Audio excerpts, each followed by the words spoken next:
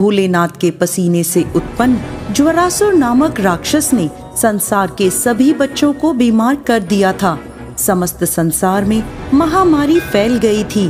तब बुखार से तड़पते बच्चों के लिए और महामारी को दूर करने के लिए माता पार्वती ने शीतला माता का अवतार धारण किया और ज्वरासुर का संहार करने के लिए अपने हाथों में दाल के दाने लेकर वो देवलोक से धरती पर राजा विराट के राज्य में रहने आई थी। लेकिन राजा ने शीतला माता को राज्य में रहने से मना कर दिया, जिससे शीतला माता क्रोधित हो गईं। क्रोध की ज्वाला से राज्य में इतनी गर्मी पैदा हो गई कि राज्य में रहने वाले लोगों को तेज बुखार या ज्वर होने लगा। ज्वर से लोगों के शरीर में छोटे छोटे दाने निकलने लगे। राज्य में रहने वालों को कष्ट में देखकर राजा को अपनी गलती का एहसास हुआ और वो माता से क्षमा मांगने लगे। माता के गुस्से को शांत करने के लिए राजा विराट ने माता शीतला को ठंडी लस्सी और कच्चे दूध का भोग लगाया। राजा के सेवा भाव को देख माता शांत हुई। तभी से ही माता को भोग में ठंडी और बासी चीजों का भोग लगाया जाने लगा। इसके बाद माता ने ज्वरासुर राक्षस का संहार कर दिया और महामारी और रोगों से संसार की रक्षा करी।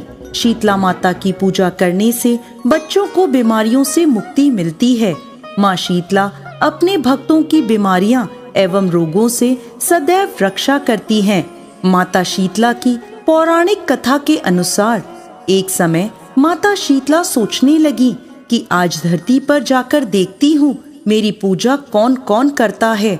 ऐसा सोचकर शीतला माता धरती पर राजस्थान के डूंगरी गांव में आई और वह गांव की गलियों में घूमने लगी। तभी एक मकान के ऊपर से किसी ने चावल का उबलता हुआ पानी नीचे फेंक दिया। पानी शीतला माता के ऊपर जा गिरा, जिससे माता के शरीर पर फफोले पड़ गए। माता का पूरा शरीर जलने लगा। वो गांव में इधर उधर भटकने लगी और कहने लगी, अरे मैं जल गई, मेरा सारा शरीर जल रहा है, कोई मेरी मदद करो। लेकिन गांव में किसी ने भी माता की मदद नहीं करी। थोड़ी ही दूरी पर अपने घर के बाहर एक कुम्हारिन बैठी थी। उसने देखा कि एक बूढ़ी माई बहुत जली हुई है। उनके पूरे शरीर पर फफोले पड़ गए हैं और वो अपने शरीर की तपन को सहन नहीं कर पा रही। तब वह कुम्हारिन बोली, माँ तुम यहाँ आकर बैठ जाओ, मैं तुम्हारे शरीर पर ठंडा पानी डालती हूँ। तब उस कुम्हारिन ने बूढ़ी माई पर करवे से ठंडा ठंडा पानी डाला और बोली, माँ मेरे घर में रात की बनी राबड़ी रखी है, तुम वो खा लो। जब बूढ़ी माई ने ठंडी राबड़ी और दही खाया तो उनके शरीर को ठंडक मिली और वो बोली, बेटा मेरे सर में जुएं देख दे। तब कुम्हारिन माता के सिर से जुएं निकालने लगी तो उसने देखा कि उनके सिर के पीछे भी एक आंख है, जिसे देखकर कुम्हारिन डर गई और वहां से भागने लगी। तब वह बूढ़ी माई उसे रोककर बोली, बेटी डर मत, मैं भूत प्रेत नहीं हूँ, मैं तो शीतला देवी हूँ। तब माता ने अपना असली रूप धारण कर लिया। माता के दर्शन कर कुम्हारिन रोने लगी और हाथ जोड़कर बोली, माता आप मेरे घर में आई और मैं आपको पहचान भी नहीं पाई। मेरे घर में चारों तरफ दरिद्रता है, मैं आपको कहाँ बिठाऊं? मेरे घर में तो चौकी भी नहीं है और ना ही कोई आसन है।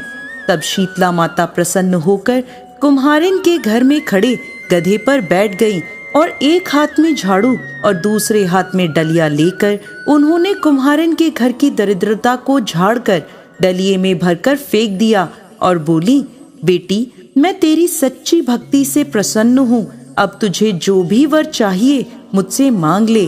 कुम्हारिन हाथ जोड़कर बोली, माता आप इस गांव में स्थित होकर रहिए।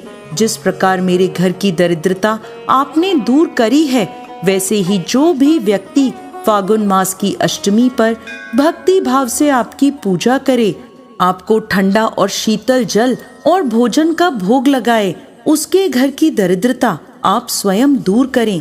माता ने उसे तथास्तु कहा और बोली, तू इस करवे का जल अपनी झोपड़ी पर छिड़क लेना, कल सारे नगर में आग लगेगी लेकिन तेरी झोपड़ी नहीं जलेगी। ऐसा कहकर माता अंतर्ध्यान हो गई।